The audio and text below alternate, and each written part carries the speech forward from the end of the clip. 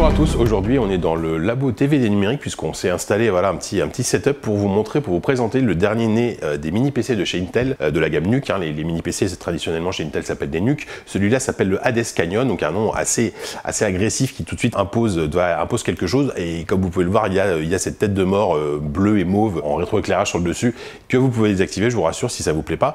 Mais surtout, ce mini PC, il a la particularité de pouvoir faire tourner dans vraiment de bonnes conditions des jeux récents. Là, par exemple, on a The Witcher qui tourne, vous voyez, à peu près 40, 47, 48 FPS même, en élevé et en Full HD. Donc c'est plutôt une très bonne performance, sachant que The Witcher est quand même un jeu assez exigeant. Et pourquoi comment se fait-il qu'un mini PC qui, voilà, assez compact, à côté on a une Xbox One X, il est vraiment bien plus compact qu'une Xbox One X, est capable de faire tourner ces jeux-là? C'est parce qu'en fait, la particularité, c'est que c'est le premier mini PC à être équipé d'un processeur Intel de dernière génération qui est accompagné d'un GPU AMD. Intel et AMD se sont associés pour créer voilà, ce nouveau type de processeur avec couplé à une carte graphique Radeon RX Vega, donc on a quelque chose vraiment de plutôt performant. On a essayé évidemment d'autres jeux, on a essayé tous les jeux qu'on teste en général sur des PC gamers, donc The Witcher 3, Metro Last Light, Rise of the Tomb Raider, Star Wars Battlefront 2, tous ces jeux tournent extrêmement bien. Le plus gourmand, typiquement, ça va être Assassin's Creed Origins, qui lui va plutôt tourner aux alentours de 30 FPS. Il faudra vraiment limiter un peu plus les détails graphiques pour être vraiment à l'aise.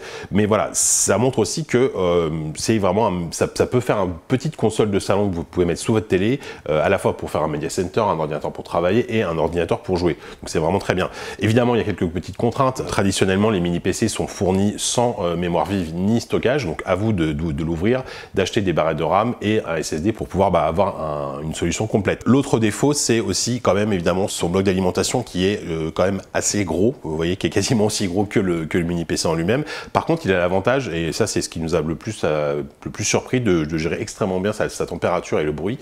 On a évidemment, quand on joue, on entend la ventilation, mais ça reste vraiment peu gênant, assez diffus, et donc c'est plutôt une très bonne nouvelle parce que c'est typiquement un défaut qui peut être très gênant quand on joue.